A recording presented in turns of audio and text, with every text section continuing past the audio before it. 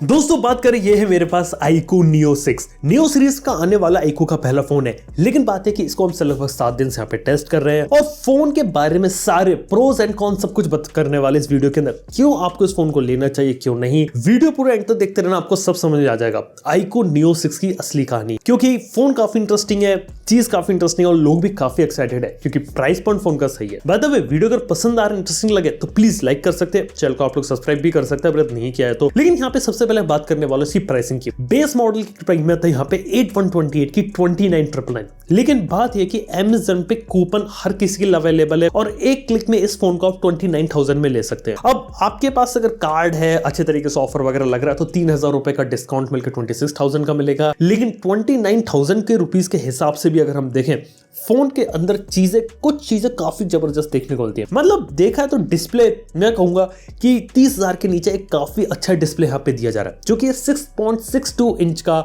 FHD plus 10 bit AMOLED display. 10 bit का मतलब है यहाँ पे आपको देखने को मिलेंगे कलर्स काफी अच्छे, 1 बिलियन कलर का सपोर्ट है, HDR अच्छे से सपोर्ट करता है, पंच होल डिस्प्ले देखने को मिलेगा। यहाँ तक कि इस फोन के अंदर नेटफ्लिक्स में HDR का सपोर्ट है। काफी सारे फोन 30,000 के अंदर नेटफ्लिक्स के अंदर HDR का सपोर्ट नहीं देते हैं, इस फोन में ये चीज मिल रही है और एक अच्छा फीचर उन्होंने डाला है। इसके साथ ही स्टीरियो स्पीकर्स की क्वालिटी काफी अच्छी देखने को मिलेगी और कंटेंट कंजम्पशन के लिए डिवाइस का डिस्प्ले काफी अच्छा है। 120 हर्ट्ज का रिफ्रेश रेट है, टच रिस्पॉन्स सही है, गेमिंग करनी है अगर आपको और आपको कंटेंट कंज्यूम करना है और एक सबसे बेहतरीन डिस्प्ले 30,000 के अंदर लेना चाहते हो जिसके अंदर आपकी सारी चीजें हो जाए, यहाँ पे अच्छे तरीके से काम हो जाएगा। और इसके साथ ही अंडर डिस्प्ले फिंगरप्रिंट स्कैनर भी है, अच्छे तरीके से काम करता है, कोई दिक्कत नहीं आती। इसके साथ ही जो लीनियर हैप्टिक फीडबैक मोटर है वो भी काफी अच्छी डाली है। रेगुलर टास्क में मैंने इसे यूज किया तो कोई भी हैप्टिक फीडबैक में कोई दिक्कत नहीं आएगी, काफी अच्छा एक्सपीरियंस मिलेगा in terms of haptic feedback.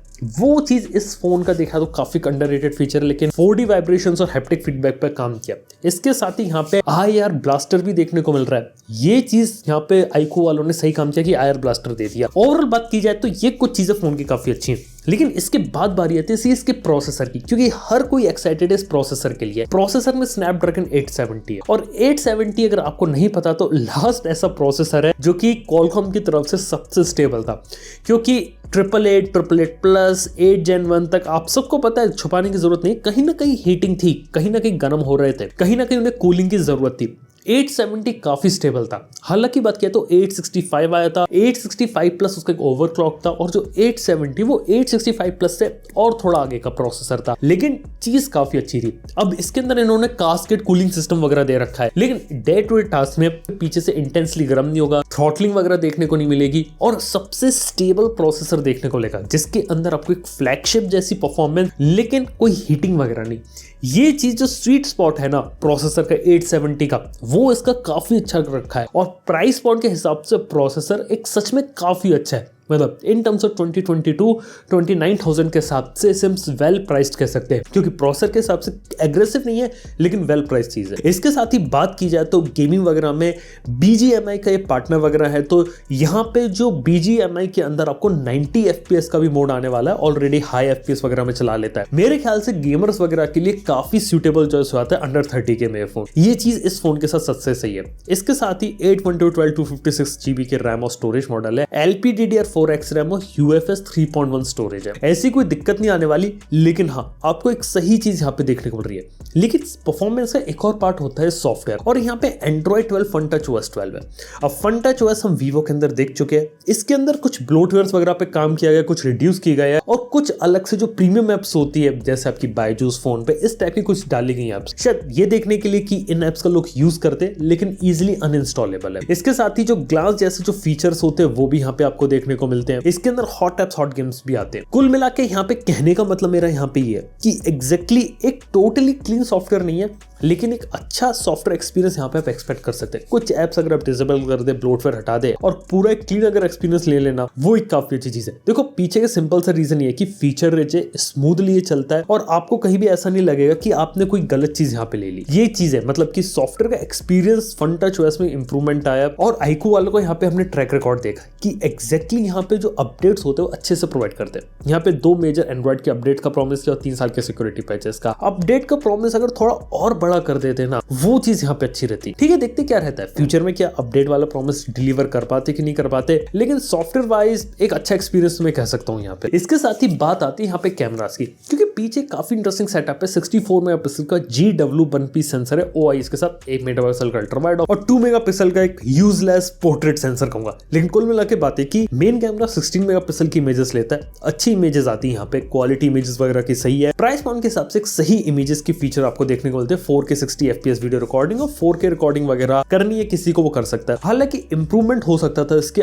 Ultra wide में। 8 मेगापिक्सल का अल्ट्रा वाइड थोड़ा फीका लगता है कि अल्ट्रा वाइड भी अगर अच्छा हो जाता तो क्या दिक्कत रहती। खैर ये है। सेल्फीज हालांकि अच्छी है 16 मेगापिक्सल की, तो वो काफी सही चीज है। वीडियो रिकॉर्डिंग और फोटोग्राफी के लिए एक सही कैमरा हो जाता है, स्टेबिलिटी वगैरह देखने को मिल जाएगी, तो ये सही चीज है। और अच्छा काम किया कि फोटो वीडियो दोनों में काम कर रहा था, तो कोई दिक्कत नहीं लगी मेरे को ऐसी। खैर ओवरऑल काफी सही यहाँ पे जो फोन रहता है कैमरा, वो मेरे को यहाँ पे ठीक लगा, इधर ऐसी कोई दिक्कत नहीं है। इसके साथ ही बात किया तो बैटरी के अंदर 4700 mAh की बैटरी है, लेकिन रियलिटी में बैटरी का जो एक्चुअल परसेंटेज है, मतलब जो कैपेसिटी है, वो है 4580 mAh की। अब मैं कहूंगा कि एक दिन बैटरी यहाँ पे अच्छे तरीके से निकाल देगी, कोई दिक्कत नहीं आने वाली। और अगर आप थोड़ी इंटेंसिव गेमिंग करेंगे तो हो सकता है कि शायद यहाँ पे आपको चार्जिंग की जरूरत पड़ जाए एक दिन खत्म होने से पहले, क्योंकि इतनी बड़ी भी नहीं है और ना ही बिल्कुल ही कम है। चार्जिंग काफी सही है, 80 वॉट की सुपर फास्ट चार्जिंग कह सकते हैं, जो कि बहुत ही जल्दी चार्ज कर देगा। और चार्ज करते करते भी गेमिंग वगैरह अगर किसी को करनी है वो कर सकता है। एक्सटेंसिव यूज अगर नॉर्मल यूज केस में रखेंगे तो एक दिन चल जाएगा, गेमिंग करेंगे तो एक दिन तक, अगर आप बहुत घंटों गेमिंग कर रहे हैं तो आपको चार्जिंग की जरूरत पड़ेगी, और 80 वॉट की चार्जिंग वह काम कर सकती है। इसके साथ ही बात किया तो पूरा जो फोन का जो डिजाइन है पीछे का, वो पूरा प्लास्टिक है। हालांकि सामने शॉर्ट सेंसेशन का ग्लास है, जो कि किसी भी कॉर्निंग गोरिल्ला ग्लास जो रहता है 3 के बाद के है,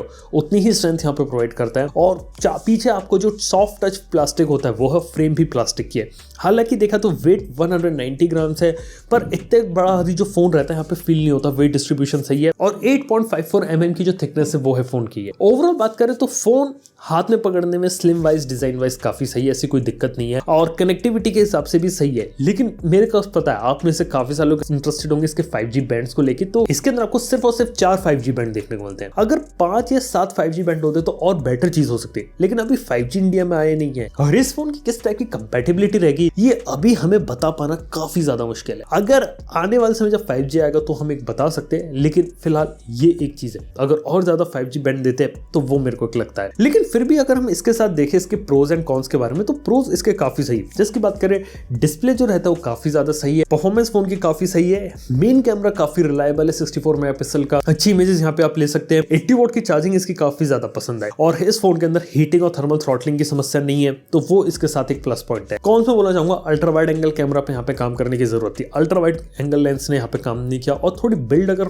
ग्लास की देते तो थोड़ा और प्रीमियम फील होता, और ज्यादा 5G बैंड देते, वो चीज यहाँ पे इस फोन के साथ सही रहती। एल्स फोन काफी सही है। अगर आपकी प्रायोरिटी गेम खेलना है, एक अच्छा डिस्प्ले लेना चाहते हो 30,000 के पॉसिबल रेंज के अंदर, सॉफ्टवेयर का एक्सपीरियंस एक अच्छा लेना चाहते हो, मेन कैमरा अच्छा चाहते हो, ये आप लोगों की चॉइस में हो सकता है, ये आप लोगों की प्रायोरिटी में हो सकता है फोन। स्पेशली गेमर्स और मल्टीमीडिया कंजप्शन जिसकी प्रायोरिटी है वो, और स्टेबल फोन चाहिए, हीटिंग नहीं चाहते अपने फोन के अंदर, ये फोन यहाँ पे काफी सही हो जाता है। इवन 80 वॉट की चार्जिंग भी काफी ज्यादा इंप्रेसिव लगी। तो अगर आप इन कैटेगरीज में से आते हो तो आप लोगों के लिए फोन हो सकता है, उसको जाके आप यहाँ पे ले सकते हैं। एक रिकमेंडेड चॉइस है, आपको निराशा नहीं होगी यहाँ पे। तो वीडियो में अभी के लिए बस इतना ही। फोन अगर आप लोग को पसंद है, नीचे Amazon का लिंक रहेगा, वहां जाके आप इसे लेना चाहते हैं तो ले सकते हैं। थैंक यू आपको वीडियो देखने के लिए। मैं आपसे मिलता हूँ नेक्स्ट वन के अंदर। Good bye.